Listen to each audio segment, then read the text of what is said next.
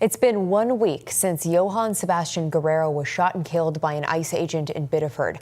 Now, a Maine immigrants' rights group is sharing what ICE activity looked like across the state leading up to the shooting. CENTER Maine's Alex Haskell brings us the details.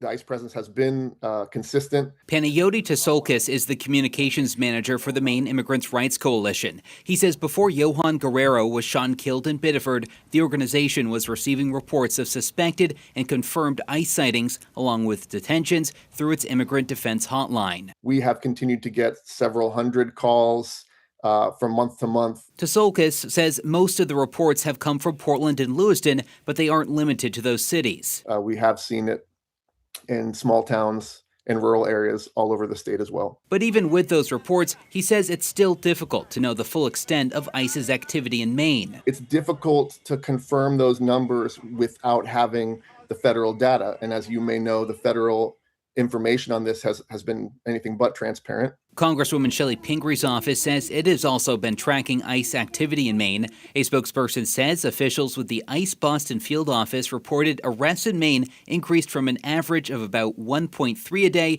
to 1.4 a day over the last few months. The spokesperson says the field office also told them, at the same time, we did see an increase in collateral arrests where individuals who were not the original targets of enforcement actions were taken into custody. And the Maine Immigrants' Rights Coalition says from what it's heard, ICE activity has not slowed since Guerrero's death. Just continued on that day as if a normal day of business for them. Alex Haskell reporting for us. We've reached out to ICE for a comment on its activity here in Maine, but we have not yet heard back. 1 week prior to Guerrero's killing here in Maine, another father was shot and killed by ICE agents in Houston, Texas. Lorenzo Salgado Araujo was killed during an attempted traffic stop. According to DHS, he was not authorized to be in the United States. They accused him of trying to evade arrest and said that the officer shot Salgado Araujo in self-defense. That agent was not wearing a body camera. Yesterday, hundreds of people marched through Houston demanding answers. The demonstrations came 1 day after Salgado Araujo's funeral. Marchers made their way toward the U.S. Highway 59 bridge, carrying signs and chanting for accountability. Organizers are calling for a transparent, independent investigation into Salgado's death and broader changes to immigration enforcement. They say they plan to continue pushing for answers and reform. Today, a man is in custody for allegedly throwing an incendiary device at a federal building that includes FBI and ICE offices in Manhattan. Investigators say 43-year-old Army veteran Andrew Arabaca poured gasoline on the ground and used a lighter to ignite it, as well as a large firework. He also allegedly fired an airsoft rifle several times. 3 people were injured. According to a law enforcement source who spoke to an NBC News team, Arabaca was armed with multiple weapons and was carrying anti-ICE materials. Arabaca is now in custody, but charges have not been filed yet. While speaking to reporters today, the White House border czar Tom Homan called the incident another attack on ICE caused by, quote, constant mismessaging and vilification. He also said he wants ICE agents to wear body cameras so the public can see their point of view. I'm a supporter of body cameras. I know that body cameras exonerate officers almost 90% of the time. I want the American people to see what that ICE agent sees. According to a former DHS official who spoke to NBC, ICE agents in Biddeford were not required to wear body cameras at the time of Guerrero's killing. And a current DHS official said that the agents in Biddeford were wearing a Motorola device, but it had not been approved for video recording. Now, independent U.S. Senator for Maine Angus King is leading a group of senators who are calling for greater accountability for ICE officers, including for the expanded use of body cameras. In a letter, King, plus 38 other senators, pressed DHS for answers to several questions, including about the vetting process for ICE recruits and if it takes into account records of domestic violence. The letter says that the acting director of ICE told Congress that all agents would have body cameras by the end of July. The letter also suggested other policy changes to the agency, including clearer agent identification and an examination of training protocols. The senators say those measures are intended to prevent more deaths like those of Lorenzo Salgado Araujo and Johann Sebastian Guerrero, calling them an unnecessary loss of life.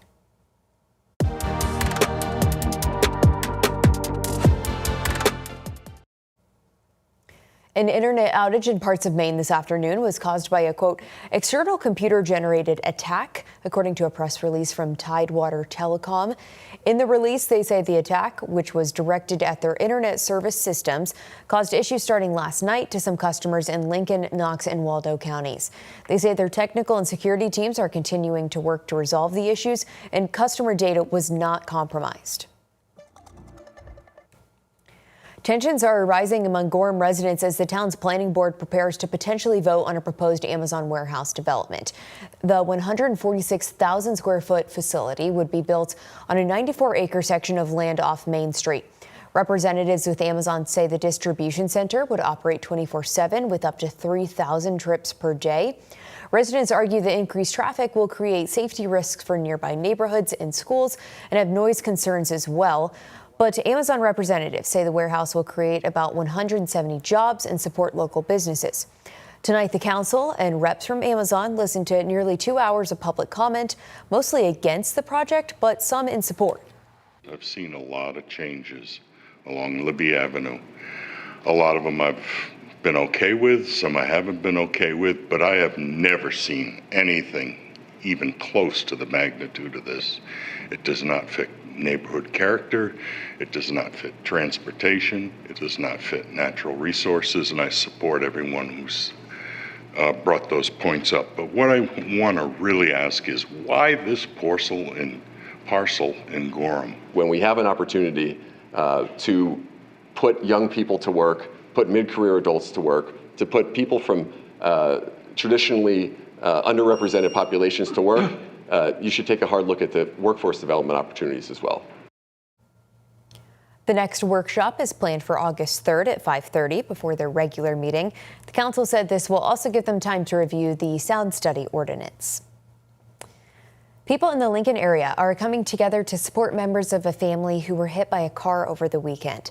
Why Not Stop in Lincoln is one of 2 local gas stations that are now fundraising for the family of 4, including an infant and a child. The incident reportedly happened at the intersection of Main Street and West Broadway during Loon Fest on Saturday. According to police, a preliminary investigation found that Carl Hartley's vehicle went through the intersection, off the road and onto the sidewalk, striking the family. Jasmine Drew, according to the GoFundMe created by her aunt, was one of the people injured in the incident. She has a broken hip, 2 broken legs, and a possible broken neck. Officials say other victims have injuries that are not life-threatening. Hartley was taken to the Penobscot County Jail and is charged with aggravated OUI and unlawful trafficking in scheduled drugs. Owners of Danny's Express Mart and Why Not Stop, Danny Rival, says that they are donating 5 cents from every gallon of gas purchased to the family. When I heard about the infant thing, the daughter and the other kids, the infant, that kind of make me melt down. I'm like, no, that's awful happened to them. And I think as a small community, we should stand up and do something. The fundraiser will last for 1 month, and Raval says he hopes to raise between $12,000 and $15,000.